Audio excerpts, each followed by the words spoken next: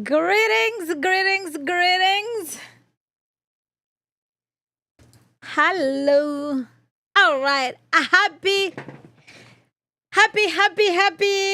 What's today? Man, good to see everybody. Welcome, guys. Welcome. All right.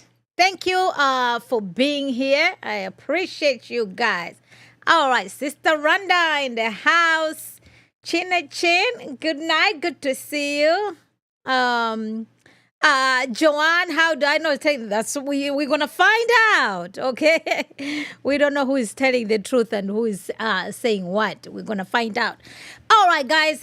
Thank you for being here. All right, so Marcus Rogers had an opportunity to speak with Daron Lamb. Okay, and he did say that he was gonna put the video tonight. And he must be then having like some technical difficulty. I don't know what's going on over there. So, but we're going to do the video that he talked about and everything else that transpired. So if his video is not out there, we are going to do the Laura-Lynn Thompson. Okay. So he's live on Instagram, talking about all that.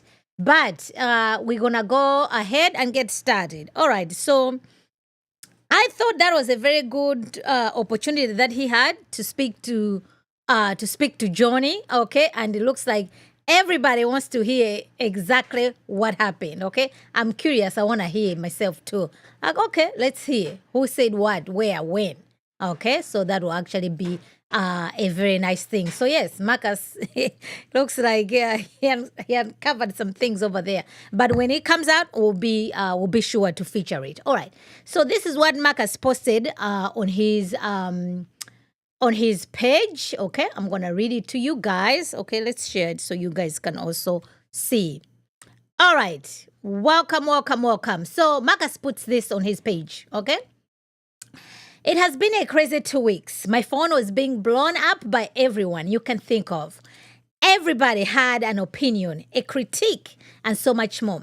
One of the problems in Christianity is that you can get 100 of people who love Jesus but are all saying completely different things. So I reached out to all my close pastors and elders for counsel. Okay. Reach out to my elders and pastors for counsel. I don't know how many pastors he has. But it's good to, hey, nothing wrong in getting counsel. Okay.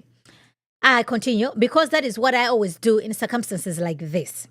And even though they all didn't agree on everything, and in some cases we're saying the completely opposite things, the one thing they all did advise me was it is honorable, fair, and the right thing to do to allow Joni to tell her side of the story. The Bible says there is safety in a multitude of counselors. And so I submit myself to that. I know some will hate this, but my integrity is important to me. So I will always do what's right no matter what. Okay, I mean, it's always good to hear the other side, okay, because there's always two sides of the story, okay? So you want to be able to hear, okay, this person said this person said this, right? And you're able to gather the data and then analyze. I continue. So Joni reached out to me, and at first I said I didn't want to meet, but after seeking that wise counsel and looking at the Bible, I'm like, okay, so Marcus, are you only looking at the Bible now? Looking at the Bible, I realized it's the right and fair thing to do. Absolutely, it is the right and fair thing to do. I told her I didn't want her to pay for a flight, room, or anything at all. I didn't even want her to buy me lunch because I didn't want anyone to say she wined and dined me or paid me off. Yes, if she had done those things, yes, it would have been like, what? She wined you and dined you? So that was wisdom on your part, not to accept those things. I simply wanted to let her share her side of the story and judge with righteous judgment. My main concern was the abuse. Everything else, even though we discuss it in the interview, is between them and God. No one will escape the eyes of judgment of God. He sees everything. We can argue about all these things, but God will judge. Tomorrow, meaning today, I will air this exclusive interview and I'll let people chop it up and analyze it for themselves. Then after a few days, I will share what I saw with the world and wash my hands of it. God knows, God sees all, God will judge all. So he put the scriptures here, Proverbs 18:13, King James Version. He that answers a matter before he hears it is folly and shame to him. Proverbs 18:17, a Living Bible. Any story sounds true until someone tells the other side and sets the record straight. Proverbs 18:17, the Message Bible. The first speech in court case is always convincing until the cross-examination starts. So this is the picture right here. Marcus Rogers and Joni Lamb. So he actually went there to Daystar where he was able to have this discussion and everything. So yes, we want to hear it all. Absolutely. We do. Absolutely, we do. So personally, I'm glad that he was able to speak with Joni because the same way he was able to speak with Jonathan and Susie. And I think it was good for John to be able to say whatever else that she had to say. So obviously, the story of Jonathan and Susie and John, they are not the same stories, right? There is a contradiction. So who is telling the truth and who is lying? And if someone is lying, why are they lying? Okay, we do know one thing that is absolutely true.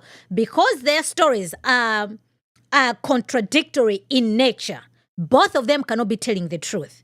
Either both of them are lying or one of them is telling the truth because the law of non-contradiction, okay? It cannot be true and false at the same time. That is impossible. So, we are yet to hear exactly what that was about, okay? So, let's do this, okay? So right now, Marcus is on IG, he's live. So we can hear a little bit what he's saying over there on live, or we can play the other video that he did. So maybe we do that and then we can do the IG later on. Okay, so this is the video that he put out because I guess he knows that, everybody is like, okay, Marcus, what's happening? What's going on? So let's hear what he had to say, the video that Marcus dropped out. He dropped this video, I think, this morning. Okay, so let's listen to what he was saying.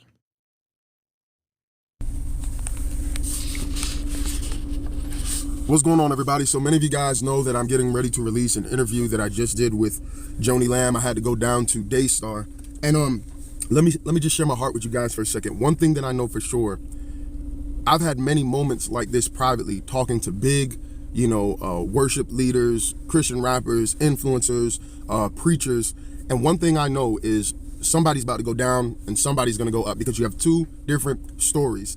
And you guys are seeing this play out publicly. But if I showed you through the years, I've had these moments with people privately who are super duper famous in Christianity, and we have a conversation and we sit there and we talk about what's going on. And every single time, the reality is, I know some of you ain't gonna like this, it's like a Nathan David moment. I've seen that after my interaction with these individuals, they had a choice to make. And some of them make the wrong choice, and some of them make the right choice, and then judgment comes. I've seen it over and over again. If I told you some of the people and I showed you some of the stuff that you guys never saw on the internet, you would say, wow. And so the reality is, this family situation is playing out publicly. And so I want you to hear my heart. I did not want to go to Daystar. I did not want to interview Joni, right? And I had so many different pastors calling me just from everywhere. Many well-known, respected pastors that a lot of you guys love. I believe that there's safety in a multitude of counselors. So I always listen to men of God who are older, wiser than me, men of God that I trust, men of God that I call when I need advice. I believe everybody should have someone that they can answer to who's older than them. And here's the reality. I talked to these pastors, I talked to these men of God, and they had a lot of different opinions and views about the story. And that's one of the things with Christianity. You can have people who love Jesus, but they see it a different way. And that is why you have to know God's voice for yourself, because, people will have a lot to say. And a lot of times they'll be saying things that, contradict one another. And so a lot of them, they had, opposing views. But the one thing they all agreed on was that it was the honorable, and fair and biblical thing to do to get Joni's side of the story. And so the Bible says a fool only hears, one side of the matter. And so I took that counsel and I said, okay, right? The Bible says this. I know some of you Christians, you don't care what the Bible says, but at the end of the day, I did what was biblically right to do because it played out publicly. The easy thing for me to do would just be ride off in the sunset, right? I interviewed Jonathan and Susie, 500,000 views. People are singing my praises. David stood up to Goliath. We stood up to the Christian Illuminati. The easy thing, honestly, the cowardly thing, which most influencers probably would do, is like, nah, I'm not going to do that other interview because it's going to be a bad look. And so, I told them, I don't want to do the interview because, I already know how the internet works. I know how people are going to look at it. People's minds are made up. But I talked to them, looked at what the Bible said, and said, okay, I got to do this. And what I know is you guys are just seeing it happen publicly. God is about to deal with some stuff, right? And so Joni wasn't taking any interviews, but a very well-known pastor called her. He said, Marcus is an honorable man. He's going to be fair. That's the only reason she reached out to me. So when she initially reached out to me to come down to Daystar, I didn't want to do it. Didn't want to go, into their territory. So I told her no. I heard her side. We got off the phone. Then I talked to the pastors. So then we talked again. And I told her, look, I don't want you to buy my flight. I don't want you to, buy me lunch. She's talking about sitting down and having lunch. And I did that because I didn't want nobody to say, she paid me off. She wined and dined me. I literally sat there while everybody else ate food, and I was just fasting, and I didn't eat because I don't want nobody to be able to say that. Only reason I went down there is because it's the biblical thing to do. Some people might not like that. Some people might not want to hear her side. But I will say this, they did show me some stuff, text messages, emails, and some other paperwork that I said, okay, now I'm gonna have to go back and talk to Jonathan and Susie, and I'm gonna do that this morning to hear their side. But what I will not do, I'm not going to keep going back and forth. I saw what they showed me. I heard both sides of the story. I felt some things in the spirit when I was talking to Jonathan and Susie. I definitely felt some things, when I went to Daystar. And I'm going to post this interview today. I'm going to let everybody chop it up, dissect it, criticize, say, hey, I would have did it like this. I would have, listen, I see a lot of times people, Marcus isn't the one for this and Marcus isn't the one for that, and it should be somebody else. You guys do that a lot to me. It's really like a David thing, honestly. I know people gonna hate when I say stuff like that, but I've seen it over and over again. Like, God will, for whatever reason, give me access to this, give me access to that, whether it was, with the Trump stuff or this. And people are, when I did the debate with the gay pastors, there were people who said, oh, it shouldn't be Marcus. Guess what? God feels differently. Maybe the narrative you guys see about me on the internet just isn't true, but God is the one who, he just keeps blessing me through the years. People waiting for me to, fall or whatever, but the opposite, and so it is what it is. I know some people are going to say, oh, when I did the whole thing with the TD Jakes, people don't know the details of that behind the scene. People are like, oh, TD Jakes is paying for the stadium, and when we were traveling, which wasn't true. So I know people are gonna say the same thing with it. Joni offered him a Daystar thing. Listen, if Joni offered me something on Daystar, I wouldn't take it, because I'm not gonna let my good be evil spoken of, especially not right now.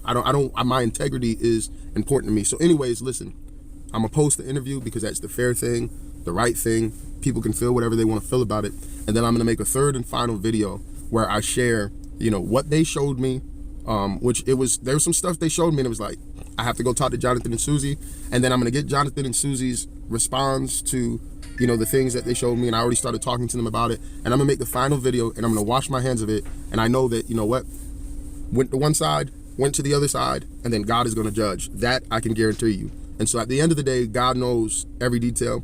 He knows what the truth is, and hey, people can have opinions, but God is gonna have the final say. God bless. See you later. I'll be posting the interview around 6-7 o'clock this evening. So that was Marcus. Just this is how his conclusion he has been. And yes, I'm glad that he didn't get the items, you know what I mean, whatever they were offered. There was nothing wrong, because usually most people, they do that. If they're going to invite you, they're going to pay for your flight, they're going to pay for your hotel, they'll take care for your food and everything. But in this situation, I'm glad that he didn't, he stayed away from those things. So that was wise on his part. That was good that he didn't do that. So I think so now that he's done this, okay, there was some Susie did responded, okay? So this is what Susie wrote. Let's take a look. So this is Susie.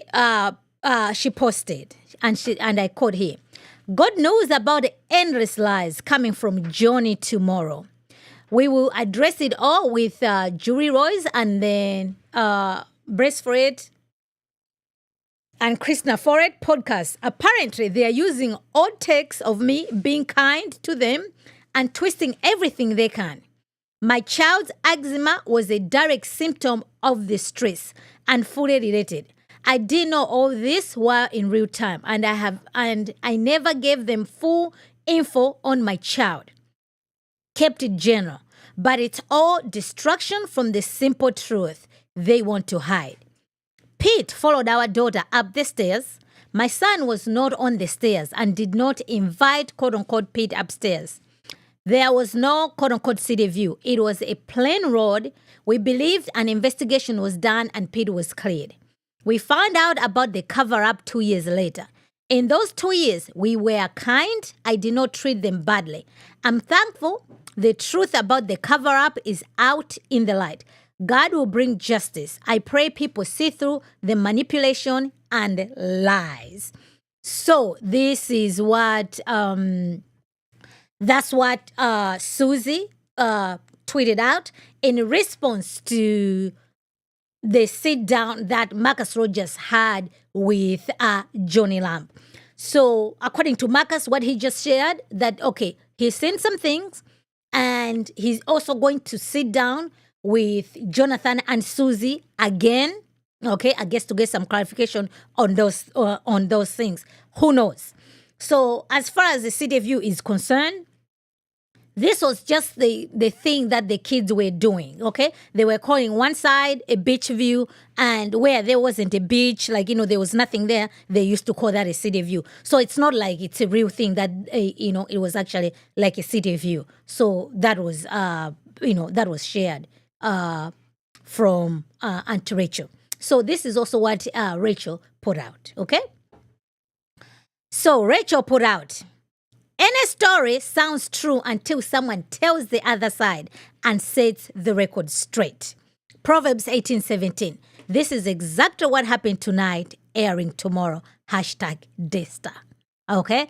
So you can see just the anticipation in terms of this interview, okay? So it's just like, yes, everybody wants to see it. Why not, okay? We want to see, we want to be able to hear. Because, yeah, they had an opportunity to ask the questions, and we're going to see. And, so much information is out here, so it shouldn't be hard to ascertain some of the things that interview is going to bring out. So we'll be here. We are going to see it all. Okay, so Proverbs 12. Let's take a look at this scripture over here. Okay, hold on. Okay. All right, let's take a look at the scripture real quick. Okay, Proverbs 12:17. Whoever speaks the truth gives honest evidence, but a false witness utters deceit. So it is important, yes, for sure, that we whether people are in the world or not, right? The word of God is the final authority. That's how we are able to determine if somebody is telling the truth, if somebody is lying. It's nothing to do with our feelings or what we think, right? The word of God, like what does the word of God teach to bring a righteous judgment? Yeah, it is true. You have to hear both sides. So I'm glad that actually happened, okay? And then same, Proverbs, you want to have some wisdom? Get into the book of Proverbs, okay? Proverbs 12:22. Lying lips are an abomination to the Lord, but those who act faithfully are his delight. So we already know, thou shalt not lie, okay? Lying is sinful. And the truth, the truth will definitely prevail. Okay, so 18:17, okay? This, I don't know, to me, I'm glad that Marcus did that, but he actually said he had to go to the Bible. So to me, I'm thinking even if you didn't have the opportunity to speak with Joni, why wouldn't you not have that as your go-to, even if you're speaking to Susie and Jonathan? You want to be able to use things according to the scriptures. That should be your inform. Your worldview should be through the biblical lens, okay? So this is the verse that we've been saying out here, okay? He who stirs his case face seems right until another comes and examines him. So every time when somebody tells you something, that's the normal thing that we tend to do. You're going to hear that story and then you're going to believe it. And then when somebody tells you the second person, you'll be like, wait a minute, that's not what the other person says, right? So it's always good, when you hear something, try as much as you can just to be neutral, especially something that involves other parties, other stories. So, I'm glad that he did that. So that's why he put out this text message, this scripture. No, if you're going to be involved in counseling, especially if you're a pastor, these are some of the scriptures that you definitely want to memorize. You definitely want to keep in your back pocket. You definitely want to know these scriptures because, this is the word of God, right? It defines everything that we do. All right. Guys, can you put in the chat where you're watching from? I would like to know. Just put there. If it's New York, just put New York. Just put, if it's Chicago, just put Chicago, okay? You don't have to tell us your address, but the state where you're watching from. Put that. I would like to see. So I want to, I want to share this with you guys, okay? This is what we watched. Oh, Tennessee, Texas in the house. Yes, put those in. I really want to watch that. So I'm going to play this clip. Pay attention to what Joni says. Oh, excuse me, what Susie says, okay? Then I'm going to play another video. So you tell me, because I'm hearing a contradiction. So I could be wrong, but you tell me if there is a contradiction to what she's about to say. So I'll play this video. This was the first video that they put out. Susie said that she was there when Marcus died and she closed Marcus's eyes. And then on the other video, she says that she wasn't there. So listen to this, okay? But I had the honor of, after he passed in his body, most people left. It was you and me, and I had the honor to close his eyelids. Just very deeply things that cause trauma. I had never seen anyone die before. So our child, everything happens with her. Then Marcus dies, and then we go into full gear of Jonathan becoming vice president. And there's such a small timeline from the time these events happened with Pete and me confronting him in the beach house to the time my dad passes away. You know, Marcus died Joni that starts night. dating She this said man. something horrible to me. And then I was not there the next night when he did die. We came after.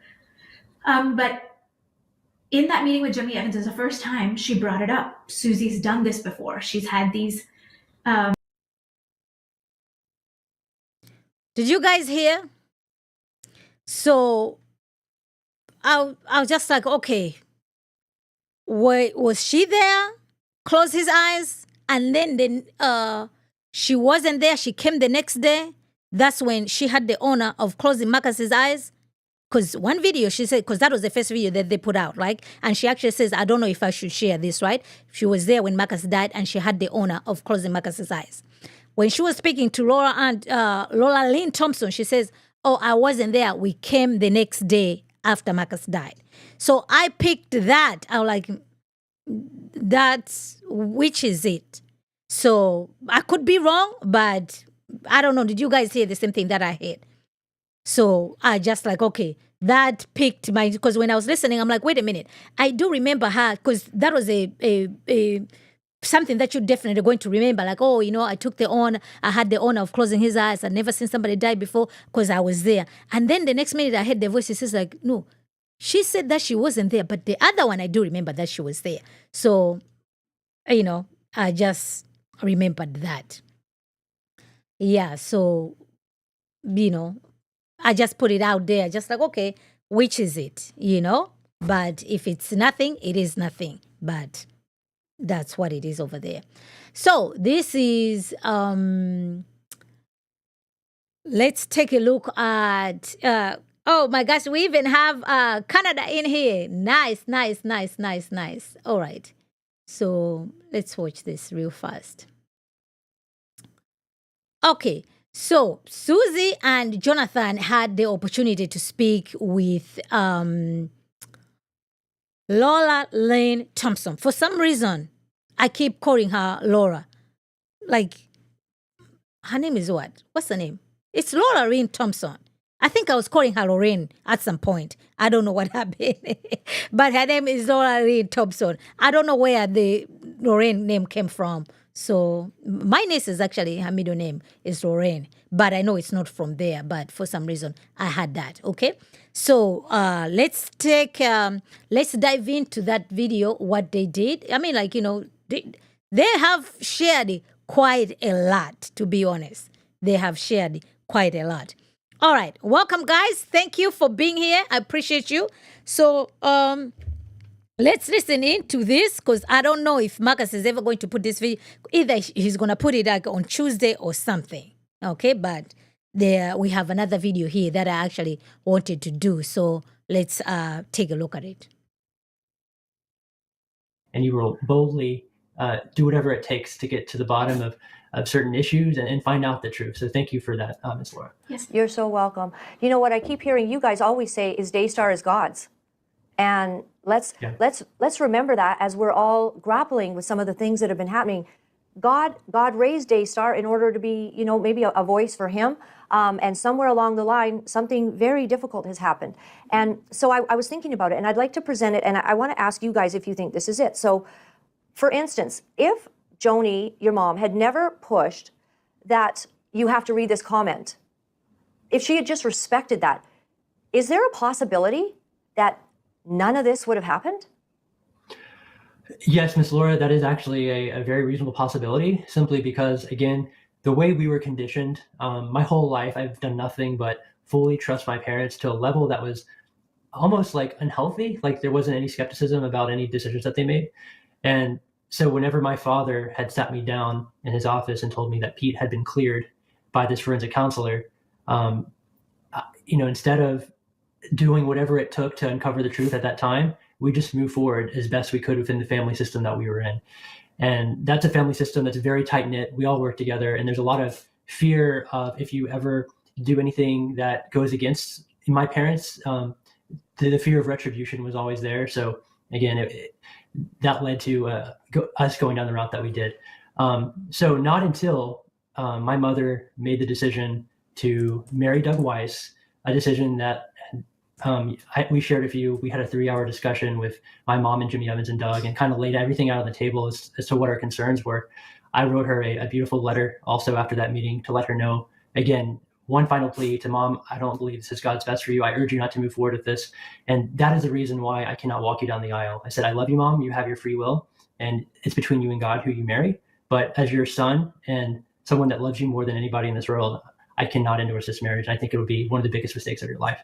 But she continued to move forward. And obviously that led to a point where whenever they got back from the honeymoon, not maybe a week or two after that, my mom and Doug were the hosts, and Susie and I were asked to read a viewer comment that was praising my mother's marriage. And Susie and I simply asked the producer kindly, hey, we don't feel comfortable reading this viewer feedback comment. Could you please exchange it for another viewer feedback comment? Because we get obviously thousands of emails from viewers, and we could have read feedback about any other part of the ministry. However, my mom decided to put her foot down, and she said to the producer, tell them they can read that comment or they'll be cut from the show. And so we just said, sorry, we can't read this. So that led to us departing the studio. And then ultimately my mother, to address that whole situation, she called me and Susie into a meeting in her office. And when we got there, unbeknownst to us, there's Jimmy Evans. And of course, that is the infamous 90-minute meeting that is on the internet with hundreds of thousands of views, where we were constantly told to submit at all costs. I think over 100 times we were told to submit in that 90-minute meeting. And, the intention was obviously to break our will, to go against our convictions, either submit or leave was what they were saying. And I just said, Mom, I can't submit, but I'm not going to leave because I know this is God's calling for me. I've known ever since I was a young boy that I would continue on, the legacy of Marcus Lamb and serve and continue the great ministry that we have here. We can agree to disagree about your marriage. I just ask that you don't make us publicly endorse the marriage. But she said that if you don't believe God sent Doug Weiss into my life, then we can't do ministry together. So she drew that dividing line. She's like, if you don't believe God sent Doug into my life, we can't do ministry together. So that's what led to the rift. And at that point, there was really no way to ever really reconcile, because she wouldn't come off that position. And obviously that led to Susie getting fired. I hung on, for as long as I could, off television, continue to work in my role as an executive at Daystar. And then eventually they got to the point where they said, we need you to sign an NDA or you will lose your position as vice president and position on the board. I said, knowing all that I know as far as all the spiritual abuse, and there's been no clear repentance or reconciliation from that. And plus knowing that there's still questions about what happened with my daughter, I said I could not sign the NDA. Truly, of our daughter. As my interview with John. So, man, it's so... So Jonathan has said a lot in there, okay? Notice the question that Miss Thompson, I think Mrs. Thompson, Laura-Lynn, okay. Lorraine is still in my head, believe you me, guys. I don't know why. So, all right, we need to do this because, whenever we're talking about the empire stuff. She asked him, okay, were you still going to be almost, this, if John wasn't pushing about you guys reading these comments on air, they would have still stayed at Daystar. And he truly actually just believed, no, God has my calling over here at Daystar. I'm just going to come and do this and save, right? So to me, when I'm hearing that, I'm like, for Jonathan, I don't think he is understanding that, yes, you're here, but your mom owns Daystar, okay? She has a right to fire you. So it's not just about you being here to continue Marcus' legacy, right? I'm sure that's what he would want to do because that was his father. But this idea, I'm like, there's no way you'll be able to continue Marcus' legacy here if Johnny doesn't want you to, if Johnny doesn't approve, for better or for worse. So that understanding of just you know what, I'm here, let me just, quote unquote, let me just survive. Let me just survive. I wasn't hearing that from him. And it's very unfortunate because this is your mom.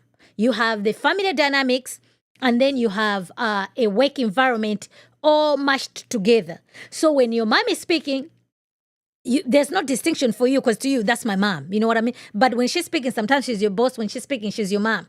And all these lines were just so, they just closed each other all over the place. And it just created a very unpleasant situation for them.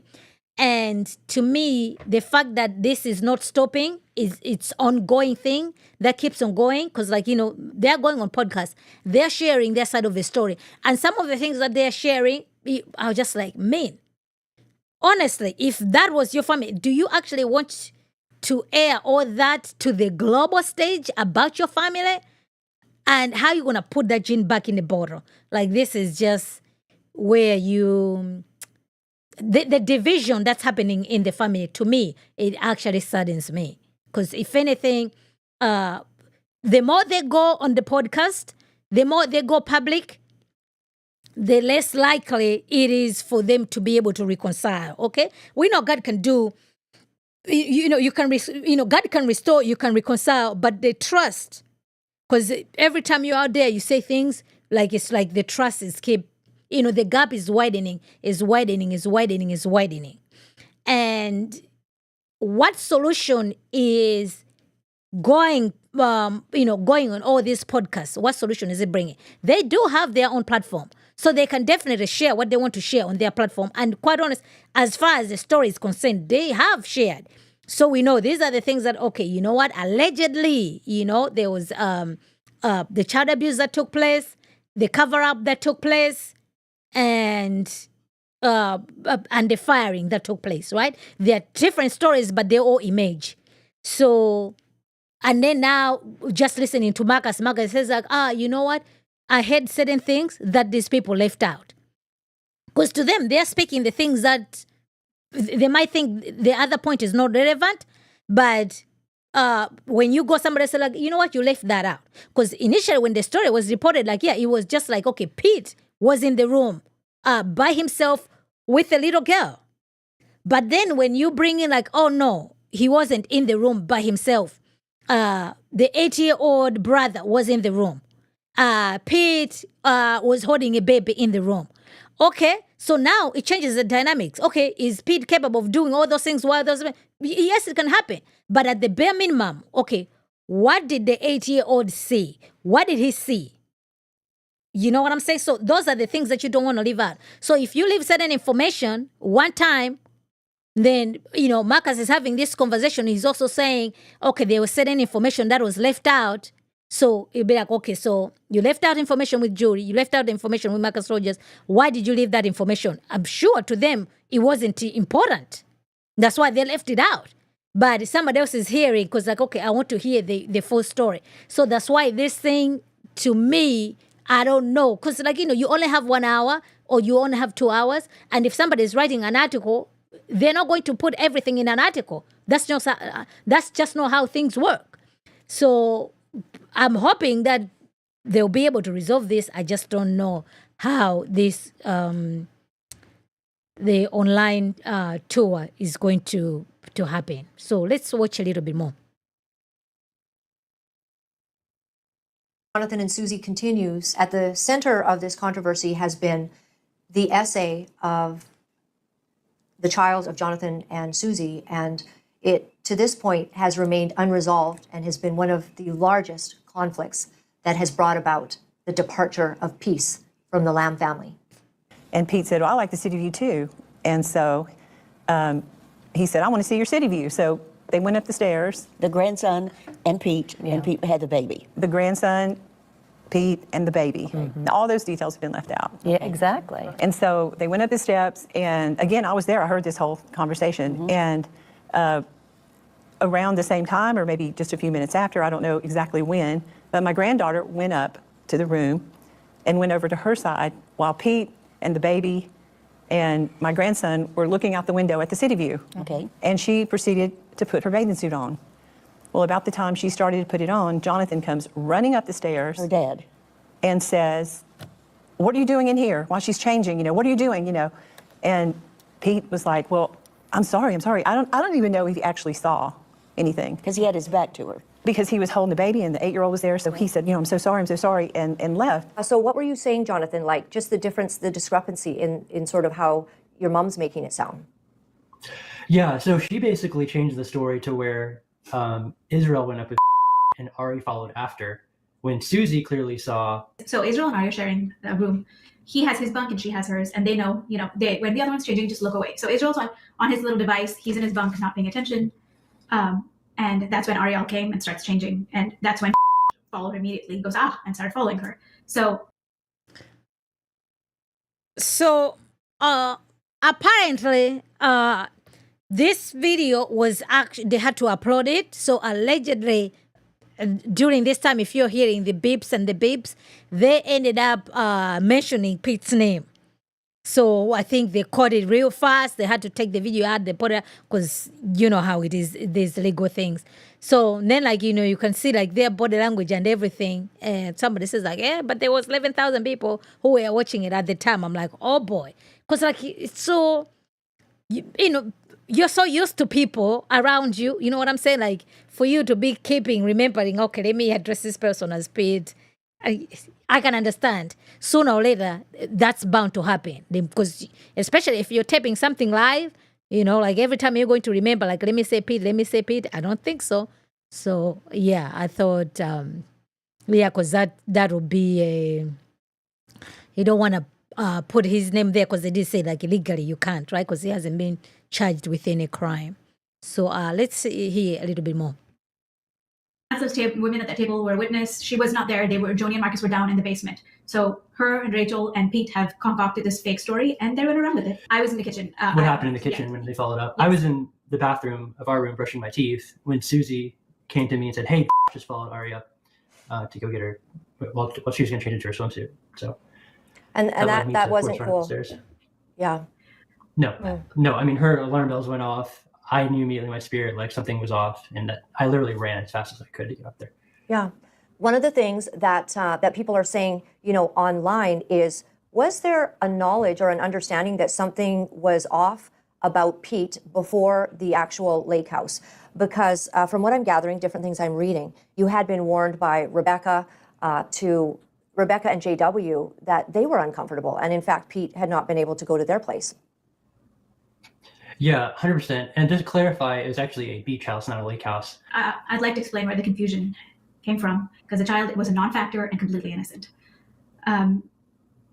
Israel was in his book. He has nothing to do with this story. But if you take it back to 2020, when no one denied that the police did an investigation at the school, because at that point, someone at Daystar was not even a consideration. I would never go there. I did not want anyone to be guilty there. So I was constantly asking my daughter, my child, was it a boy? Was it at school? We kept texting the family, trying to figure out who it could be. She kept going along with everything I asked her. She's 5 years old.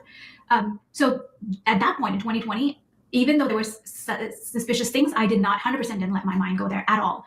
I truly focused on the school. When the police shut the case on the school, I was actually very disappointed, because it left me with no answers, and I wanted answers. So from there, things start building. And more than anything else, the truth is, my child's behavior in front of this man. Every time he came around, her body would tighten up. She was terrified. She would hide. The only place she did not want to go was Daystar. Yeah. And that's how we knew it wasn't the school, because after she told us about the abuse, she didn't have a problem going back to her school. She loved her school, but she did have a problem going to Daystar. Yeah, the very day we met the teacher, she wanted to stay in school. So they're trying to concoct a new story with the process of what that looked like in that short period of time while the police were investigating the school. From there, certain instances started to build up, but I was too terrified to say anything to anyone. That's when Rebecca and JW came to me, and I was shocked that somebody else was also picking up on these things, but they witnessed, him kissing her neck, her body, and they told me this, and I thank God for it. And then Denise was helping the family with other problems, like other dynamics of the family. It had nothing to do with our child. And in one session, because I didn't really have drama with anyone, so in my session is when I unexpectedly started opening up to Denise about these things. And she started to put things together, and she said, well, this sounds like a guilty person. You got to be careful. Let's all pray, because we don't want to point. This is such a horrible accusation. We never want to point fingers at anyone. So God, make it clear. That's it. We didn't have any agenda to prove him guilty or nothing. In fact, we were hoping and praying it would not be. Right, because we knew the massive rift it would cause in the family if it was a family member. So we were obviously very careful to even consider that as an option or a possibility. It didn't even enter our minds. Whenever our daughter first told Susie about the abuse. It's reopened, and is there a further investigation, or where do y'all go from here? Yeah, so we got our daughter into counseling. So, that's why I was saying, I wish, even though she was thinking that she's protecting the other boy, it was good just to put it in there. Joni says that she actually went to school with Susie to go and do this investigation about the boy. But Susie never said anything that she went to school with Joni.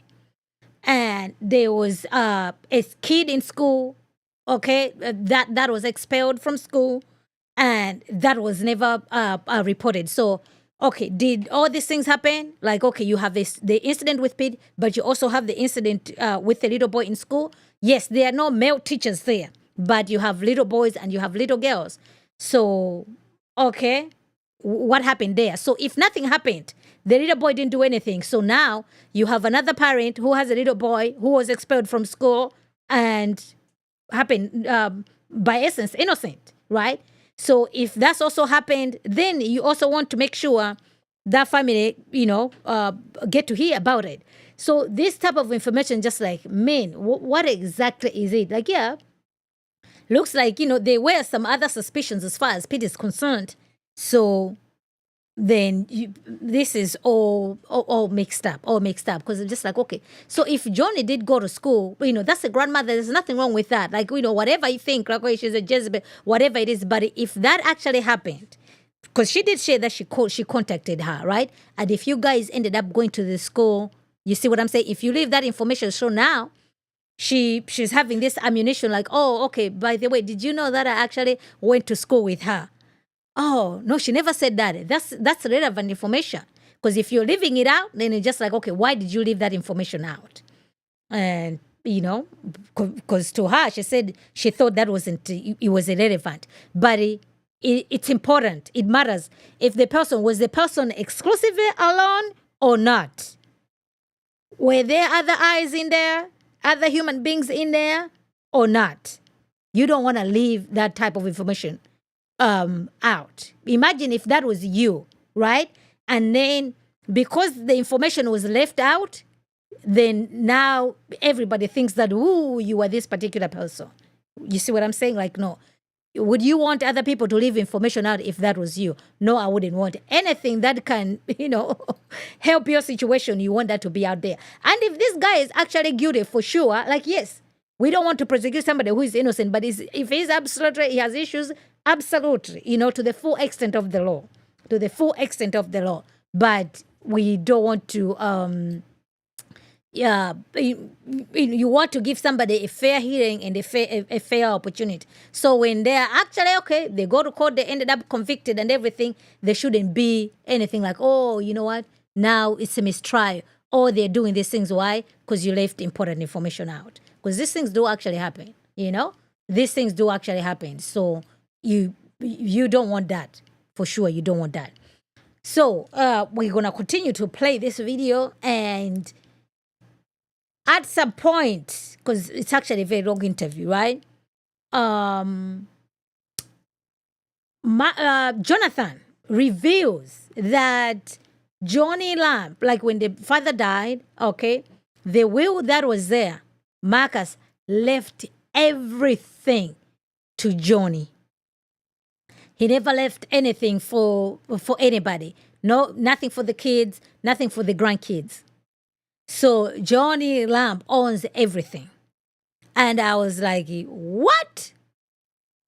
Like, Marcus is a shrewd man. He was a businessman and everything. So that idea, like, okay, you're thinking you're going to be the next future president. She can do whatever she wants to do because she owns everything, right? If she wants to leave it to the firstborn, she can. But with all this thing that's happening, these guys are going on tour, talking about the family business and everything. If I am John, it'd be like, okay. You know what I'm saying? She might be changing her mind out there. Okay, I wouldn't want her to, because this is the firstborn son, only 3 children. Like what she said, okay. Jonathan at the top, then on one side you have one sister, on one side you have the other sister, right? That's actually a very good thing. But right now, if John owns this thing, I mean, if she wants to leave it all to Doug Wise, she can actually do that. So I thought that, like, wait a minute, Marcus, what happened there? It's a big empire. Let's listen some more. To deal with the trauma of the abuse and to allow her to heal. And when we first went to this counselor, it was early 2024. And they, with all the details that we had given the counselor, they said, we need to report this to CPS. So they made the report, they made the call to CPS. CPS contacted the city we live in, which is Colleyville, Texas, the police department, and that caused them to reopen our case. Because remember, the case was opened initially, we reported it the day after she told us back in 2020. And then they closed it once they went to the school. They found out there were no adult males there working there. And our daughter, when they did a forensic interview on her, she didn't speak to them, so they shut down the case. But when we gave them all the new information related to Pete and all the different evidences and stories that kind of added up and pointed to Pete, they were very concerned. So they reopened the case. And they have said at this time that they need an outcry from her.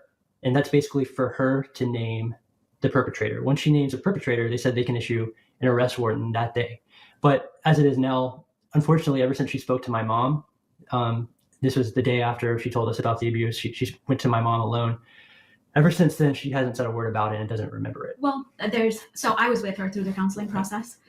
And with that, there are pictures, there's drawings. There's so many layers to this with a child. Yeah. And even before, Jonathan said we started counseling in early 2024. Well, before that, earlier, we were already talking to other counselors out of state, friends recommended. And I'm thankful for this counselor too, because as we started counseling locally, our child started shutting down, started getting angry, even though we were getting some things. This older counselor told me, Miss Jennifer, she said, it's your child's well-being and health is more important than getting justice right now. And I God has created our body with a defense mechanism for it to come out when it comes out, when she feels safe. Please don't push your child to the edge. And we, after still trying, and seeing the physical effect on her body, we felt a peace from God that it will come out when it needs to come out. But we just have to speak the truth. Yeah, and one more thing. So whenever a child endures trauma like this, from all the experts that we've spoken to, the brain as a defense mechanism will a lot of times lock it away into a part of the brain that can't be accessed until typically it will become unlocked when the child that's endured abuse, when they have their first sexual experience. So it may not be until they're like in their early 20s or whenever that might be. That's a lot of times when that memory is unlocked, and then those memories come flooding back from whenever the abuse happened, when they're a child, and then they can deal with it and go through counseling, because the way God made that as a defense mechanism, because it's just too heavy for a child to process that severe trauma. So we're not expecting necessarily to get justice against Pete. I mean, it may be many years from now, but there's not a statute of limitations for that. But again, the bigger concern is, there is a clear intent by my parents to keep the investigation into Pete from going forward and to have it shut down without him being cleared. And that to me is the biggest problem, that they didn't even want it to go through that process. They wanted just to, my mom said that she heard from God. She prayed and that Pete was innocent, and therefore case closed. We don't need to have Pete even see the forensic counselor or have any more, have him being looked into as a potential perpetrator. And yet, Denise. Yeah, so that's also the issue. This doctrine of God told me, right? So when it's convenient, people are just going to say, you know what, God told me that Pete is innocent. And then somebody's going to come in, but this is not what God told me. So how do you know who exactly is God speaking to? Because if God said that Pete is innocent, we should believe that, right? Because it's from God. That's why it's just like you cannot go about those things, because anybody can come in and say, God told me X, Y, Z. That's why the scriptures, the word of God is the standard, okay? What does the scripture teach about these things? God has already spoken in this thing. So Jonathan went on to say, yes, they just have to wait when the memories come for the little girl, right? But for me, I'm like, you know what? This is so traumatizing. It's better she just doesn't remember, because like once you remember those things, they always sort of like stay with you. They never go away. And that will just, and then given that all this information is all online and everything else. So as she's growing, all these other things, when stuff is on the internet. And she says like, I think Texas does have a statute of limitation, my understanding. I know Oklahoma just changed, but I think Texas does have. So who knows? If they don't have, that's good. As long as the case is open. So at any point that happens, it might be, 2 months from now, a week from now, years from now. It's never too late to administer justice, okay? It's never too late to administer justice. But it's almost, you cannot live your life because you're always looking back. You know what I mean? You're always looking back, because these are the people. This is not somebody who's just going to move to a different city and everything. This is part of your family. You know what I mean? Like what? You're never going to see these people again? You guys are growing up, there's funerals, there's weddings, there's all these things that functions that you just have to attend because it's part of the family. That's why the dynamic of all this is, I don't know how they will move past this, to be quite honest. It's a lot. It's a lot. So let's continue, guys. Thank you, guys. I'm so glad that you guys are here, okay? We have, okay, don't forget, if you haven't subscribed, be sure to subscribe. Don't forget to like, okay? Thank you, guys. We do have, wow, we have Michigan in the house. So this is so good. Thank you, guys, for being here. Yeah, so let's listen a little bit more. Where can we watch, this? Did I miss something? Vanessa, put it up again so I can respond on the thing, because I'm bad sometimes with the chat. Sometimes I cannot see. I need to be wearing my glasses out here. But I'm so glad that you're here. Put it over here. I'll see, or I'll look again when I'm playing this, okay? Then I can respond. All right, let's continue. Pete kept asking her if she would clear, and she kept stating to him, I can't clear you.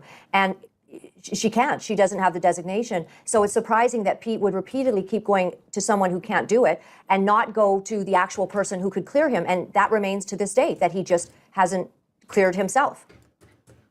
Yeah, and that's what's so troubling, is that Pete was told he could go back to North Carolina, he could meet with Miss Debbie Linhart and answer all the questions, go through the full evaluation without his wife by his side, and then he could have gone through the process of getting cleared. However, he specifically said, he told Miss Denise, I'm not coming back. Yeah, so not could, he should. They wanted him to. They wanted to come back, but he said, I'm not going to come back. And then what's troubling is my dad sat me and my brother-in-law down in his office a few days after Pete had gone up to the counselor. And he basically said, Pete has been cleared by this forensics counselor. He is deemed innocent. And if you continue to believe that Pete is a you-know-what, then you need to get another job and you need to submit. And so at that time, we did our best to put it behind us. Again, I had the relationship with my parents that I almost saw them as that they could do no wrong. I had a very, very trusting relationship with them. And even though in my spirit, I still felt a little unwell, I still did my best to try to move forward, within the family, close-knit family system that we were in, all working together in a ministry. And we moved forward. And then my dad, he passed away less than 4 months after that. Right. Very difficult. I just want to say what you guys have all been through and how this is just, playing out in the public. It's a hard thing, but there's such strength in you. And I just appreciate your hearts. One thing about that day, which was really neat, and Rebecca's quite quiet. She's not on social media that I can really see a lot. I can't, like her Facebook is, but this is a beautiful young lady that seems to, and I think there's a strained relationship now, but I just want to say that what I discern when I read her part and her role in it, that night, she, as you said, I think, Susie, it was kind of shocking, like she wanted to be a part of the huddle in your mom and dad's bedroom to intercede, to discern. She wanted to be a part in there, and she just came in, literally, in a prayerful, warrior-like way, is what I think you described. And she was very alarmed that night because they had already been warning you guys. Yes.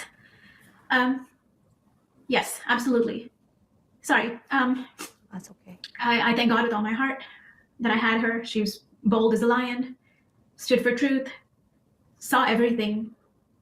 She could speak at any point if she wanted, but we put no, when you break out of a control system, you learn to just give people their time, their process. If she never spoke, I would hold nothing against her. She was there for us, her and JW, when we needed them. So I know Rebecca fears God. Her and I have cried many, many, many days together, held each other close. And that's the Rebecca I'll always remember. So whatever she does, it's okay for me, because God will bring justice in due time, which we trust that. But it would be tremendous blessing if she would rise up and speak. It could put, because right now it looks like family drama. It looks like one side versus another, which God told me very clearly. He said, I never called you to defend yourself. I called you to tell the truth. And many people warned me when we were building up to this moment. They said, you're not dealing with normal people. Most people would see this as a scary truth and run and hide, but you're dealing with people who are the most vindictive. They will come after you and they will lie, flat out lie, and try to destroy you. So are you prepared? It's going to get worse before it ever gets better. And so we had to constantly encourage each other and strengthen each other in the Lord, saying, in due time, Psalm 37, God, he will make our righteousness shine like light and bring justice like the noonday. So we held on to these things, knowing God would rise up. Jehu's like, you came out of nowhere, Laura, and you have been such a truth teller. So I never. So here Susie is sharing Rebecca. Rebecca is the other sister. So there's three of them. It's Marcus, Rachel, and Rebecca. And according to Susie, Rachel knows a thing or two, okay? And if she would speak, that's a different member of the family bringing in as a witness, right? Like, okay, corroborating Susie and Jonathan's story. But then you have, this is Rebecca. Now, yeah, like I wouldn't want to be Rebecca, okay? I wouldn't want to be Rebecca. Because whatever she does, like, if she knows she knows something that can prove Susie's and Jonathan's situation, then you have to be honest. You have to be truthful. You need to bring that up. You know what I mean? At the bare minimum, tell that to John, like, you know what, mommy, this, you know what?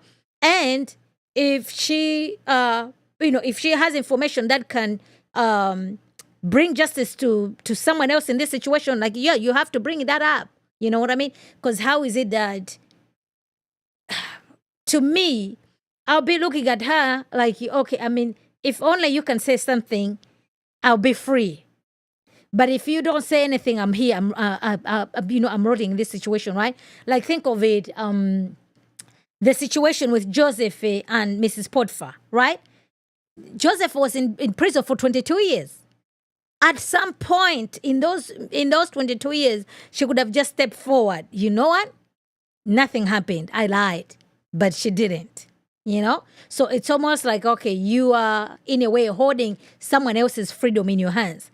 And, like, okay, if she knows, like, okay, you know what, Pete is innocent and everything with all these things that's happening, right? If I'm Pete, I'm looking at you like, you know what, you have the power to set me free, right? You have this information. So I don't know if she will say anything, because so far she hasn't said anything. If I see whatever on Twitter, I do see Rachel is the one who, she does post some stuff on social media. But I've never heard any single thing as far as Rebecca is concerned. What I've heard is from Susie sharing, like, okay, Rebecca knows and all that. So, yeah, yeah. But she says, like, if she understands. If she says something, fine. If she doesn't, she does not hold anything against her. Yeah, I don't know. Would I feel that way? I don't know. Go low to the point of family drama. This is, here our side, their side, none of that. Our job is to tell the truth before God, and it is his job to bring justice. So whether it's Rebecca speaking or not, I know it will come in God's timing. I think like one thing that was coming to me was the story of Esther. And in the kingdom, here was this precious woman, Esther. And Mordecai said to her, do not think that if you remain silent, that this will not also harm you and your life will be taken. And there's just, whenever I think of Rebecca, I think she's in quite a position right now, but she's also an Esther. And I see your tears, and I think that means you all love her. And, Yeah. You were actually on the beach the next day, was it? Or was it that same day that this happened? Right after. What and what was We that held like each being other. on the beach? We just held each other. We cried. JW was hugging Jonathan, and Rebecca's more of a warrior.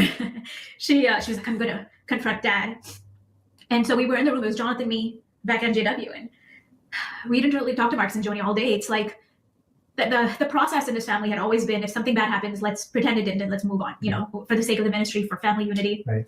Jonathan being the oldest, he carried 1,000-pound weight of like, what do I do to keep everything united? Yeah. Which thank God he set us free from now in a false sense. So that evening, Rebecca was like, come on, Susie, we're going. And we go, and Marcus was really angry. I will say this, through all the years, Marcus has never raised his voice at me. He's never been angry. He's always been tender and gentle. Even if he scolded everyone else, he would turn. Even that day, he scolded everyone. You get out, you get out. And he'd look at me and, he'd be gentle. Mm-hmm. So I was used to that with Marcus. And that day, though, I saw a very different side. He had to protect all he worked his whole life to build. I saw a different man. And that's why I was thinking that, Rebecca, you're wasting your time. Things have never changed to this point. Why would it change now? And he said exactly that. I'll do what I have to do to protect what I have to. And Rebecca, she made some pretty strong statements to me after that. But of, how God brings justice and things rolled out how they did. But all that to say, yes, Rebecca has always been a sister to me. So, even if she were to speak up and say, oh, I have no part in this and I don't know anything, it would change no part of my love for her because, again, in the end, my justice comes from the Lord. That is beautiful. I think that, I'd like to ask about Rachel, but I have mentioned on a couple broadcasts about some, obviously the relationship between you and her has fallen because she's posting that you blocked her and other people are commenting, wow, you're putting stuff up about her daughter. That this has been very difficult. Yeah. Yeah. Yeah. So now by now this issue has already divided the entire family because you have the mother, you have the sister-in-law, okay? You have the sister, you have the brother. So this is just going to change the family dynamics. And their father is gone. So, Marcus did some things, according to Jonathan, left him very disappointed. Now you have an introduction of, I guess the stepfather, if you want to call it. And you have that dynamic as well. So, and then all these things are being played in a public square. So, can we just have a conversation that can just be private? I don't think so. Because I'm thinking okay, is Jonathan going to call the sisters? Are the sisters going to call Jonathan? Is the mother going to do this or do that? You see what I'm saying? Because you'll be like, okay, if I do this, are they recording me? Are they going to keep what we shared private or are they going to share? You see what I'm saying? So I think trust has been broken in this family, if you ask me. But, I think if they can be in a room with people who have the best interests of them, give them counsel, pray about these things, and where they've wronged each other, repent to each other and apologize to each other, and then just come to an understanding that, okay, the case is, we open this case, and if this person is guilty, even if this guy says okay, this person is guilty, there's nothing legally that they can do, right? Unless if he comes on his own accord and confess, and turn himself in. Other than that, you just have to wait. And you don't know how long you have to wait. So, but meantime, the family has to function as a family. Forgiveness has to take place. Reconciliation has to take place. I just don't know how that can be achieved with where everything else is going. I'm very, and we're talking about the empire over here with a whole bunch of questionable theology. This is a very difficult situation, to be honest. So let's say, listen a little bit, and then if we have to continue for another, we can do it. Because this interview was like over 2 hours. Okay, almost 2 hours and 10 minutes. 2 hours and 8 minutes. So, you don't have 2 hours and 8 minutes, and then we're stopping it, okay? But it's not going anywhere. It's here. So we're just going to find a good spot, and then we can carry on, okay? But I appreciate your viewership this evening. So let's listen a little bit, then we can take a look at the charts, okay? With Rachel, I had no favorites. Rebecca and I are very similar, very, very similar in personality. Joni and Rachel are very, very similar in personality. They're type A, very dominant, versus Becca and I are type B, very easy, go with the flow. Fun is the main priority in our lives. Laugh. Anyone at Daystar that works there could tell you this. So, that's why at different points we wanted to leave Daystar. It was too difficult. When we would do our strength finder tests, we had very similar answers. Everyone else was like strategy, competition, this and that. Me and Becca, empathy, woo, includer, positivity. So we didn't fit in. So in those terms, it was easier with Becca. But with Rachel, God is my witness. I put my whole heart to always pull her. Not that I'm better than her, but my last conversation with Rachel, my real conversation was 4 hours long a Daystar. Left my kids at home with Jonathan. We sat for 4 hours. And I was constantly using scripture. And, all the scriptures in the book of James talks about selfish ambition, jealousy. It leads to all evil. Daystar is not yours. It's not mine. It's God's. It's about the millions of people who need the gospel. So this is not about photo shoots. This is not. And I know I was hated for it. I was always seen as, oh, she's always beating the Bible on us. So there was that strain. And then again, when I've seen a pattern of when people are attacked by these, when people are attacked, it turns into a smear campaign. So I thank God for wise people who already prepared my heart, saying that, hey, when you tell the truth, be prepared for a few things. Number one, they will twist the story completely, because for them, it's not about what's right before God. For them, it is public opinion. Who wins? Everything is a competition. Who wins? So I had to prepare my heart for that. Most people will walk away silently. These wouldn't. And the next thing was that nothing is below the belt. They will use your children. They will destroy you. They can do anything. So you have to hold on to God being your defender. And so for these reasons, with me and Rachel, I had to block to, I've given years of speaking God's word, and I had to protect my heart from there. Then 2 days later, November 18th, 2023, we get a call from Miss Denise Boggs. And in that call, she tells us, and now this is the first time we ever knew this fact, she tells us that Pete had never been cleared by Miss Debbie Leonard, the forensic counselor. And so this sent a complete shock into Susie and me, because again, my father had sat me down back in August of 2021, and he said that Pete had been cleared and he was innocent by this forensic counselor. To find out my father had lied. And it was just a shock. And again, my father, I would never want to dishonor him. I think he was an incredible man of God. Obviously, he built an incredible network. God used him mightily. He saved many people. But the one weakness it seems like he had, he obviously had one moral failing, obviously, my mother. But besides that, the one major weakness he had was that he wanted to protect the billion-dollar empire at the expense of my daughter. And again, I could see maybe how he could think that's the greater good. You have this mega empire that's reaching billions of people. You don't want that to be tarnished with the thought that one of the family members could have essayed, his grandchild. But the fact that he didn't want to find out the truth, that he shut down the investigation, was obviously just completely shocking and troubling. And I believe that God, he's a righteous God. Your family has grappled with a story of biblical proportions, is what I feel. I think the issue was he's talking about Marcus, right? This internal investigation. Because it was internal investigation, whosoever was doing investigation was reporting to Marcus, right? And Marcus is the patriarch of the family. And if he says this thing goes, it will just go. But if this investigation was outside, he would have had no authority to shut it down.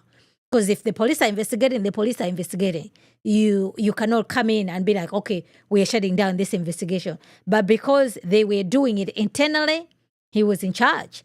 And then, time went by, and, who said what, who did what, who claimed this, and they just find out the thing that your father told you was happening wasn't happening, and Marcus is gone. He's not here to say, he's not here to defend himself.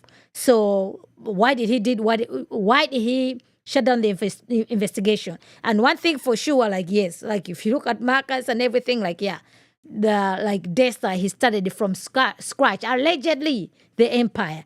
So I would trust and believe that it was just you know what? No, whatever, I'm going to protect my assets by any means necessary. So yeah, people would do such things for money, for sure, okay? people do such things for money for sure. Yes, guys. So, yeah, I'll remember where we stopped because like there was quite a lot, like even at the end, what she was sharing, I was just like, man, yeah. Even everybody, to be quite honest, in this empire and everything, they all do need to go for biblical counseling. Everybody. They need that for their own sake as they, because life has to go on as they move on with their life. They definitely need that personal biblical counseling because that's a lot.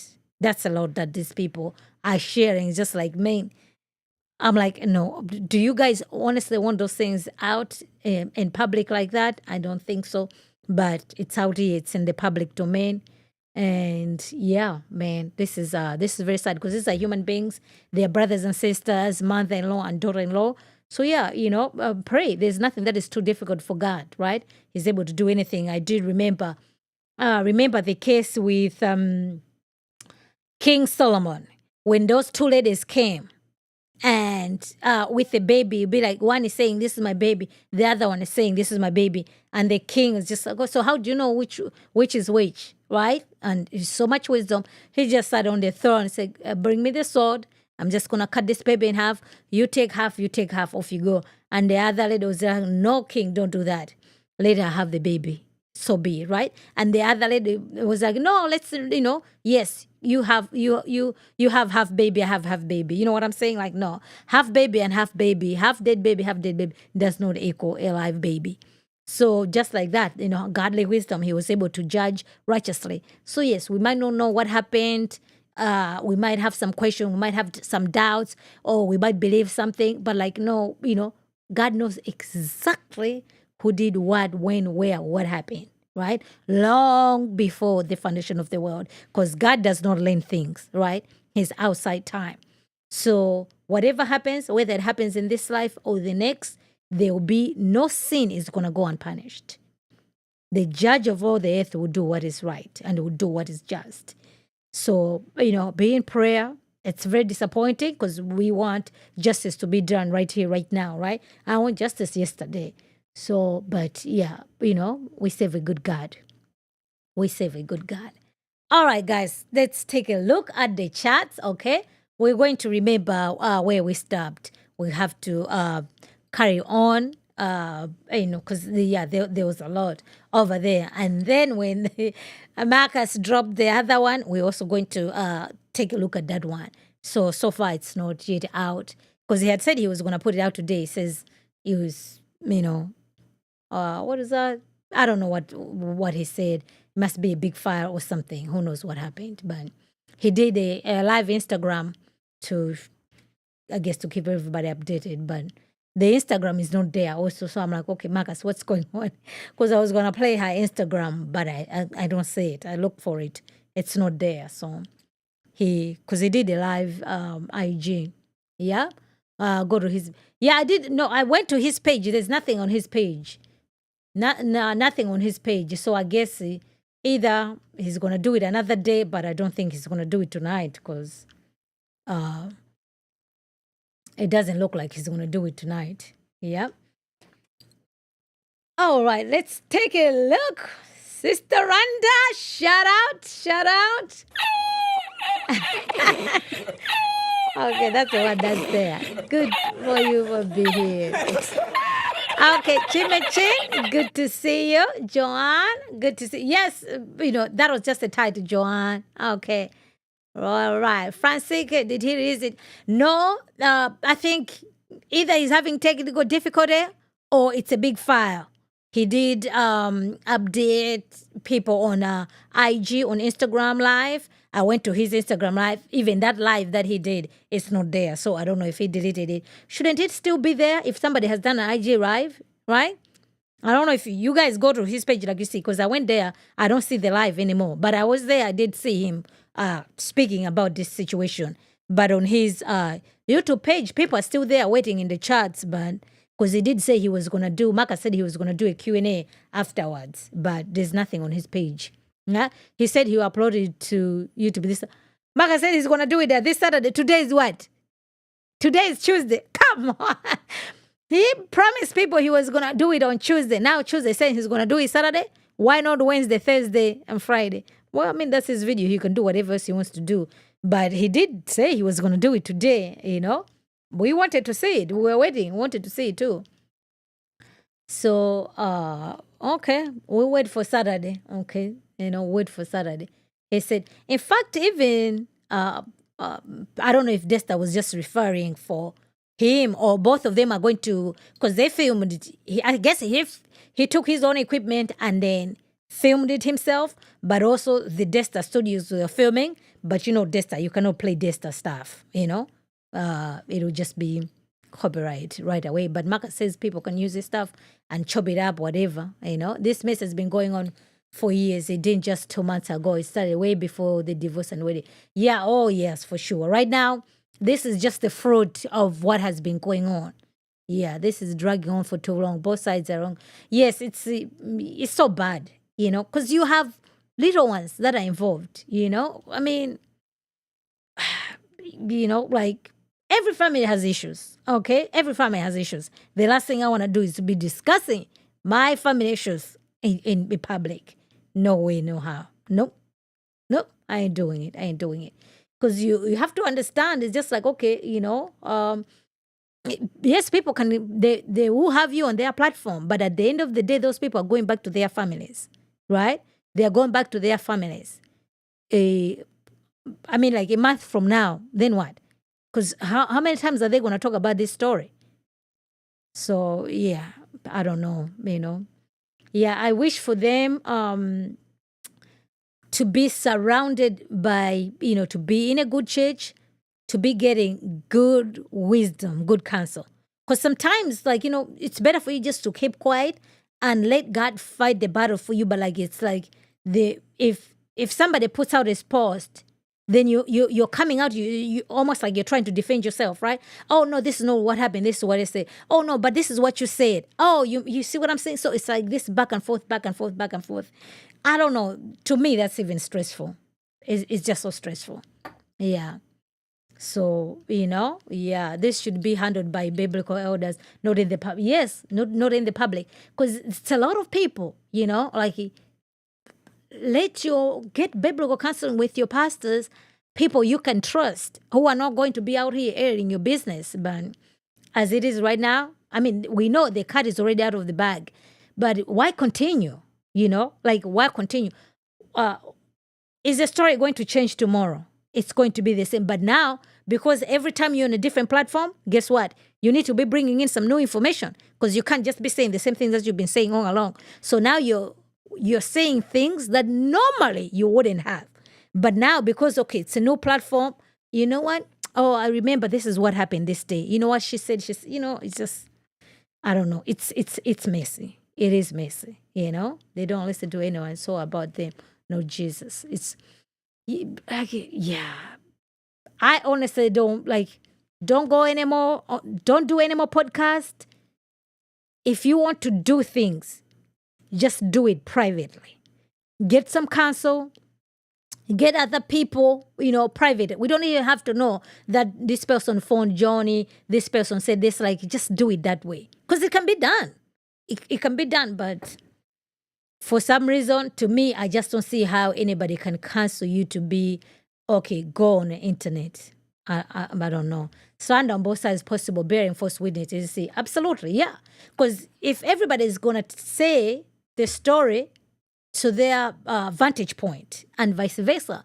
So we are out here, okay, this is what Susie says, but this is what Johnny said, okay? And you have Team Johnny, you have Team Susie, you know what I mean? And you have other people, it doesn't, they could care less.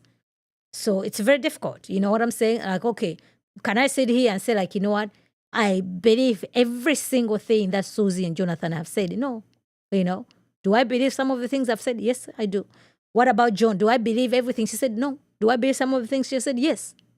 So what about that? Okay, so why is she telling the truth here? Why is she lying here? And vice versa. So, but this is just the internet, like they don't know us, we don't know them, but they know each other. And there's people who do know them, who have at least the best interest for them, and they're no longer working right now because there was a video that they did. They've lost 70% of their income. So to me, I'm like, okay, so at this point, maybe it's time to go, put your heads down, buckle down. You know what I'm saying? Buckle down and just take care of you guys, your family and everything, because I don't know how this is helpful to me, quite honest. How do you know the emails are real? I don't know what you're referring to. There was an email that was sent out. It was actually on the letterhead, and Jonathan admitted to it as well. So Jonathan did admit to the email that she sent to Daystar, and Johnny actually put the excerpts of that email, the official statement that she put out. And in fact, the email actually has a picture of Jonathan in it, and it was signed, you know what I mean? Vice President Daystar, Jonathan. And Jonathan, he's explaining, there was a context to it. I'm like, okay, I'm reading the email. It was October 23. We featured it here. In the email, he was saying, no, our social media, our private things, demanding a no contract. What is my future as the future president of Daystar? Susie does not possess any recordings, but Jonathan does possess recordings. So I don't know, because then I think also the way the case is, the only thing will just be they'll send each other to court. I mean, you don't want to be taking your family to court. It's a mess, but I don't want to be part of this family. What are you saying, redeemed? Okay, when one of us has disputed one another, be dead. Yes, that's precisely that. Yeah.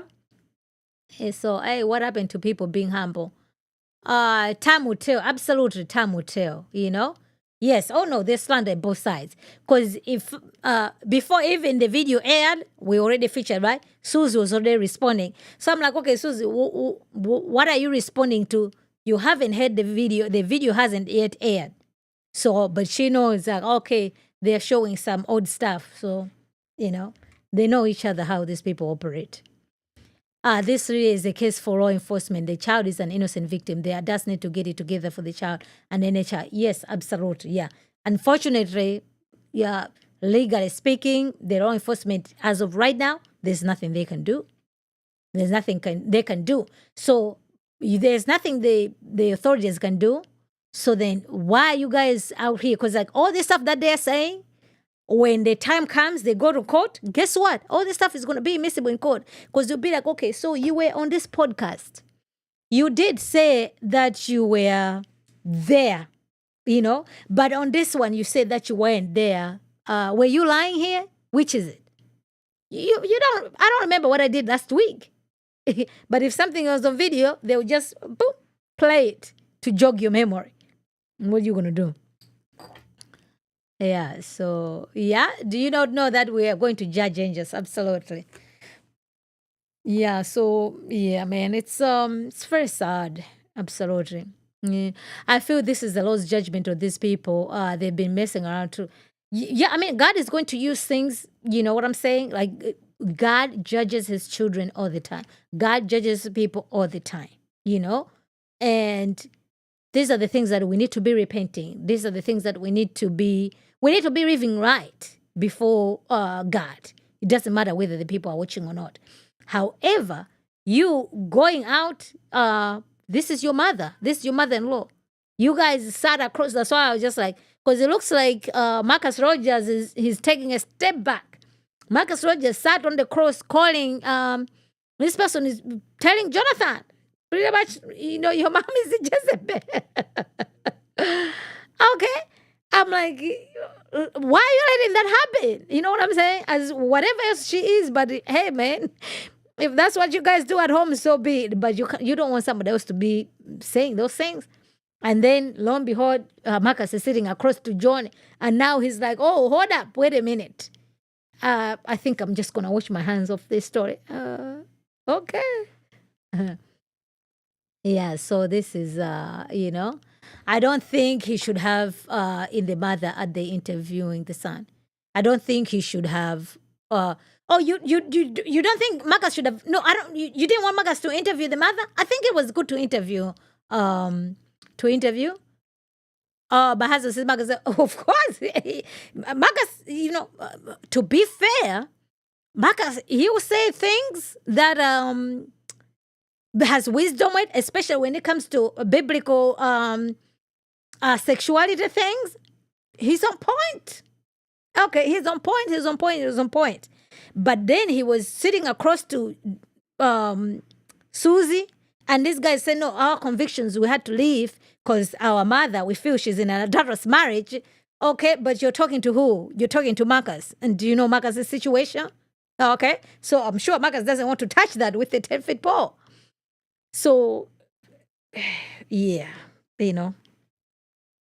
Yeah, but also we know who are people preaching and teaching on the platform of the empire. Okay, you have the T.D. Jakes, you have the Joe Austin, Robert Morris, false teachers. So it's pumping out false teaching across the globe. So these are the things that you have, and yes, Marcus does have some false teaching in himself too. Absolutely, Yeah, but the thing is, like, just even if somebody is a false teacher, it's not like everything they say out of their mouth is always false, right? There is some good things that they're going to say about that, but like, why hitch your wagon to such things? Okay, stick to the scriptures. There are good, solid churches out there. Yeah. So yeah. Oh, Rob is asking, where's the interview? Saturday. Now the interview has shifted to Saturday. Yeah, Mr. Marcus just put himself down in the middle of the whole thing. Oh, and then I was shocked. Marcus is saying he's never heard anything about jury roles. He didn't know. I was just like, Marcus, so you are so busy doing all these things, you don't even know who the players are? I was just like, oh boy, Marcus, what have you gotten yourself involved into? As long as he didn't believe his ears, bring him the tapes about the abuse Joni had with her son and daughter-in-law. No defense for granddaughter, fired them, left them without income for their grandchild.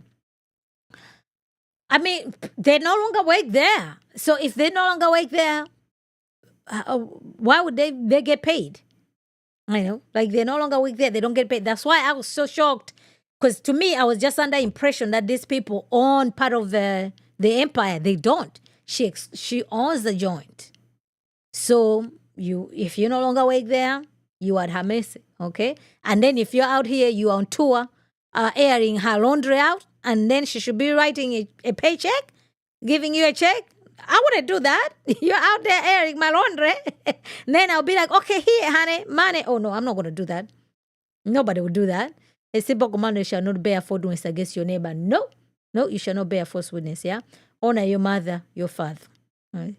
Oh, Petty from Tennessee. Oh, yes, this is what I wanted. Tasha, Houston, Texas, H-Town. Okay. Woo, Big Apple is in the house. Nice. Oh, we have Nevada. Swing state. Yeah? The swing state of Nevada. Where's that? Where is that? Bellingham, Washington State? Okay, nice. Oh, Michigan. Freezing cold. I don't know how people live in Michigan. Okay? So cold. Canada. Ooh, that's a freezing place. Okay? Now, they're calling you guys a 51st state now. That was Trump. Okay? He says Canada is now 51st state. Governor Trudeau. I thought that was so funny. Yeah. All right. Thank you, guys. I'm so glad you're here. I'm sorry. Happy they taped this. The world hears it still needs to defend Joni marrying animal. Oh, yeah. We actually did a video about that. Oh, San Antonio, Texas. Riverwalk. I love San Antonio. Yeah. Petty, yes, contradiction. Yeah, unfortunately. Yeah. Natasha James, yes, contradiction. Yes, yeah, because that was the video, right? Did you guys heard that? Because I was just like, okay, what? That's not a mistake somebody would make. Okay, were you there when he died? You only die once. So he died and nobody closed his eyes until you came. Like, which is it? I don't know. But to me, I noticed that there was a contradiction. It might not mean anything, but I noticed it. That's why I'm like, okay, am I tripping? You guys listen to it. So I'm glad you guys listen to it. Okay, holla out. Okay, San Antonio. Okay, all right. Bahamas? We are jealous of you. Okay. Didn't get us in Bahamas? Oh, we are jealous. We are jealous. We are jealous. Paradise. Okay. The very first video, Jonathan and Susie they said they left their home, was driving for a few days and are in hiding. In another video, she said they didn't leave. I didn't pick that one. But that, like, which is it? Okay?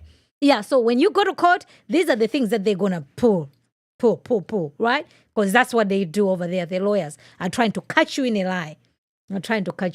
Yeah? Okay, so you guys caught it as well. Okay, fine. So, I'm not crazy. Okay? This should be called as the Christian show 10s. I don't know what that means. Live by our faith, the Bible. Colorado Springs. Nice. Colorado. Yes, Colorado. I've never been to Colorado. Yeah? Agnes called. It's spelled which is not which. Oh, I missed that. Okay. Susie cooked this up for a month as soon as they found out that Doug would co-host. But Doug signed a prenup. Okay, Doug signed a prenup. He will never have a leadership position at Daystar. So I don't know if it looks like Jonathan didn't know about that. Okay, because if you guys are worried about Doug, there's nothing that's gonna be. But yeah, it looks like John is in love. I do feel like Jonathan, the introduction of Doug, he felt that he lost his place with his mom. Because the things that he used to do for his mom, now the mom doesn't need Jonathan anymore. Guess what? She has a husband. So now the husband is taking care of all those things. So I guess he might have felt like, not needed by his mom. And then he lost his dad. So it's like, okay, somebody else is placing his dad. So, those are the normal stages somebody's going to go through, especially grief. And to me, looking at Jonathan, looks like, okay, all he knows is this inside Daystar. He has no clue how things work, like out there in the real world, Even up to now, it's just like he would want to go back to Daystar. I'm like, Jonathan, how are you going to go back to Daystar? You are out here on record. That's a cult. They're doing this spiritual abuse, all these evil things that are happening at the Empire. Why would you want to go back? So, yeah, it's so different. God is more concerned with Doug's ex-wife, not Joni or Doug. We don't even know what Lisa says. Allegedly, she signed an NDA. So, we never know. But what is not in dispute, they were married for 30 years. And this man divorced the wife. Holly L, I believe Jonathan and Susie. Yeah, there's people, people believe Jonathan and Susie. Some people are not sure. Some people now are switching sides. Some people now be like, you know what? Maybe I jump in too quick, too fast. Let me step back. Let me hear that. Yeah, so, or, at the end of the day, we just want the truth to be out. Yeah. Agnes card, pray for discernment. You're so far off. Oh, I missed that. So... That marriage is going to blow up big time. Just where John and Doug will never be happy after this ways off. They are null words, to be honest. Johnny says she's happy. Remember, Doug was a marriage counselor for Joni and Marcus. So, which means Doug knows what Joni needs. Doug knows, so it shouldn't be hard for him to be able to keep Joni happy. It's like, what's behind the curtain. Now you go behind there. You know what I mean? So, these people think they are gods. Oh my gosh. Patty, Jerry Springer episode. Oh my goodness. How we got that far? At the end of the day, God is revealing this mess because Joni and Marcus tried to hide ace abuse of their granddaughter that is despicable in God's eyes. Don't get caught up in the weeds. Well, Joni denies this categorically. She says, no, that is not true. So John says this is not true. And Susie and Marcus and Jonathan says that is true. So who is telling the truth? They have a contradiction statement. You decide. Okay. There was already division in the family. They were faking the cameras. Well, now it's they can't fake it anymore, you know. You can't fake it. Why is John going on Marcus's podcast? Because Susie and Jonathan were on their podcast, so she's also using the same platform to get the same audience, so they can hear the other side of the story. That's the only reason why she should go there, because she doesn't have to go there. She has her own network. But I personally am glad that she did. I have no problem with John going to Marcus and speaking, because that's where these people went. Like, okay, so you're gonna go there and counter their arguments, right? Bring your side of the story. I have no problem with that. Yeah. This one YouTuber called her red wig is fun. Who has a red wig? It was also reported that she was inappropriately touched at school by another little boy, and there's also another child that had experienced that as well. So what happened to that story? Yes, Mary. So to me, this story is also important, because if you are saying that either it was Pete and the boy in school, fine. But if you're saying nothing happened at the school, it's Pete, then we have a child here who was expelled from school. What about those parents? Did they get an apology? Did the kid reinstated back to school? You see what I'm saying? So you don't want to leave that information out. If it's both, just put it out there. Because if anything, if let's say it's the boy, right? Is the boy the one who is to blame? Then why should Pete pay for the sins of the boy? And if it's Pete who did everything, why should the boy pay for the sins of Pete? You see what I'm saying? So the boy should meet his fate. Pete should meet his fate. We don't want to transfer the fate of this one to the other. Just because on Judgment Day, your sins are not going to be on mine and vice versa. Everybody is going to pay for everybody's going to give an account what they did with their life, with what God gave them. So, yeah, and like this is not even brought up, because it was actually Susie herself who texted Rachel telling her about these things that happened in school. So to me, that information, they should have put it in there. They should have put it in there. If that boy is innocent, he needs to be vindicated that he's innocent. He needs to be vindicated that because if that was my child, then I'm learning this story that, wait a minute, my child was expelled from school because of you said that my child did this, but it wasn't my child. If anything, it was your family member. Where's justice for my boy? Can you imagine if that was your boy? That they've been expelled from school and all this, and nobody says anything. You're just only finding out, oh no, by the way, it wasn't your boy, it was at home family. You know what I mean? Yeah, so justice should be saved for this young boy too, you know? Yeah, so that wasn't, yeah. Oh, Mary, New York, okay. Yes, Angela, yes, the truth has to come out. Absolutely, it has to come out. Because here's the thing. If something is true, it doesn't matter if it was 10 years ago. It will still be true today. Why? It's the truth. You're not scared of scrutiny. You're not scared of questions, because it's the same thing.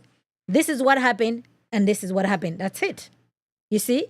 Because when you're standing on the truth, that's just it. There's a difference if you're suspicious, okay? Something that is true and you just having suspicions, your suspicions could actually be correct.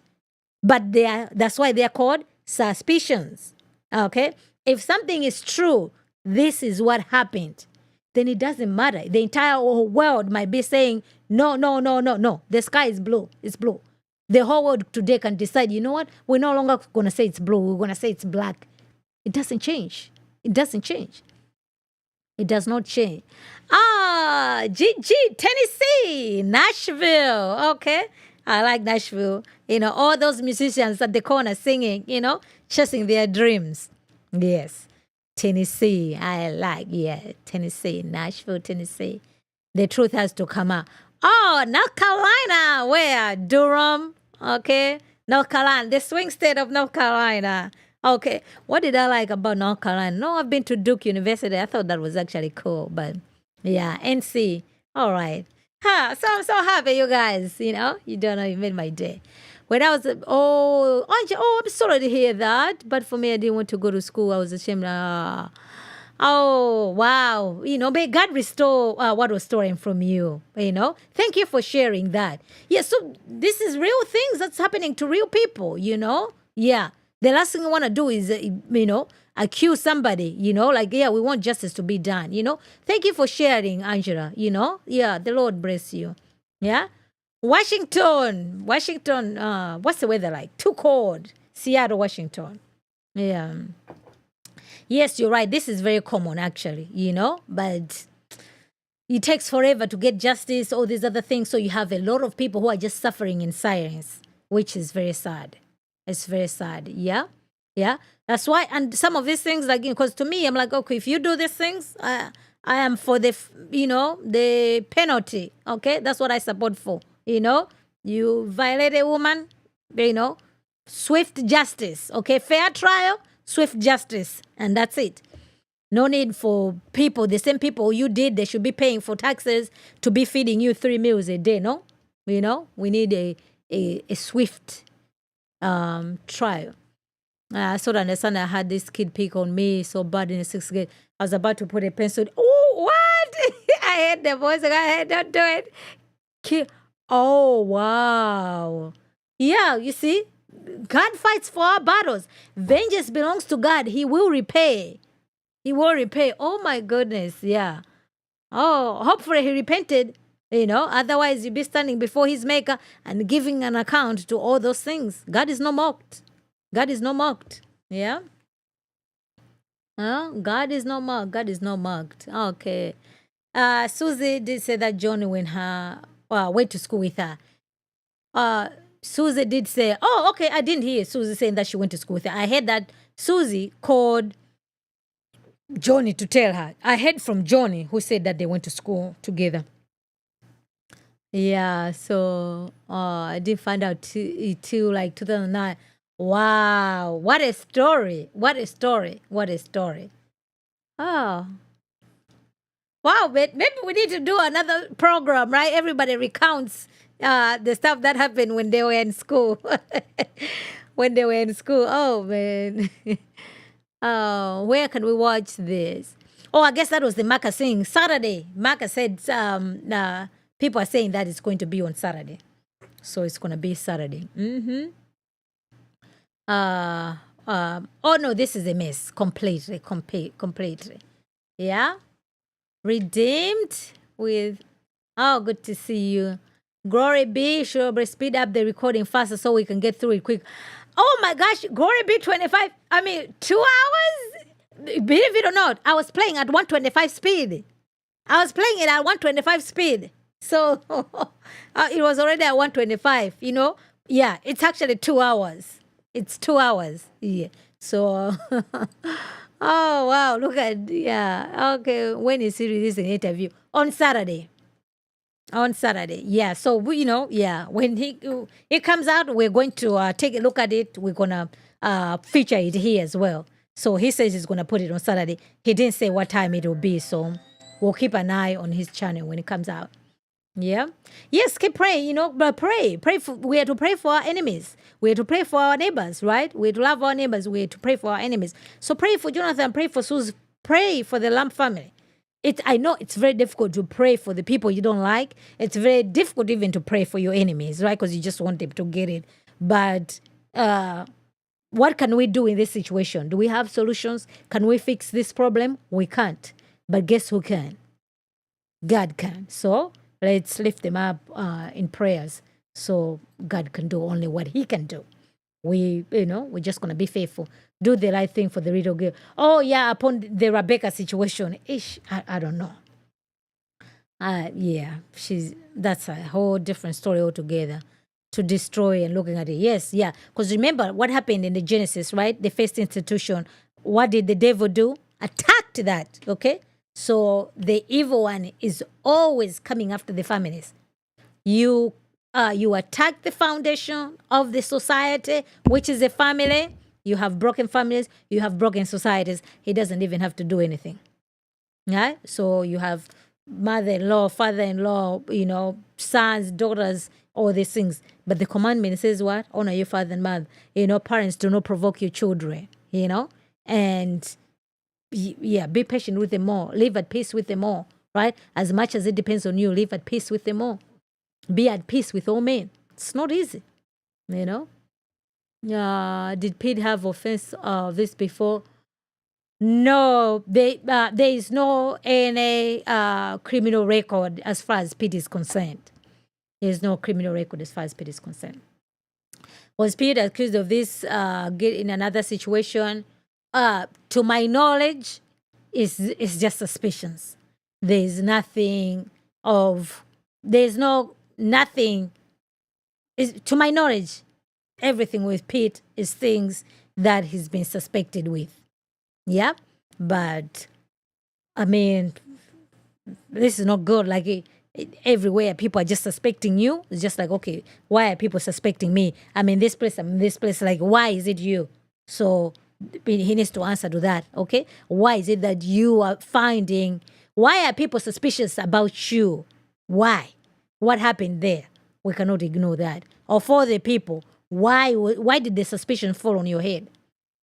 So, yeah, so far we haven't heard anything from him.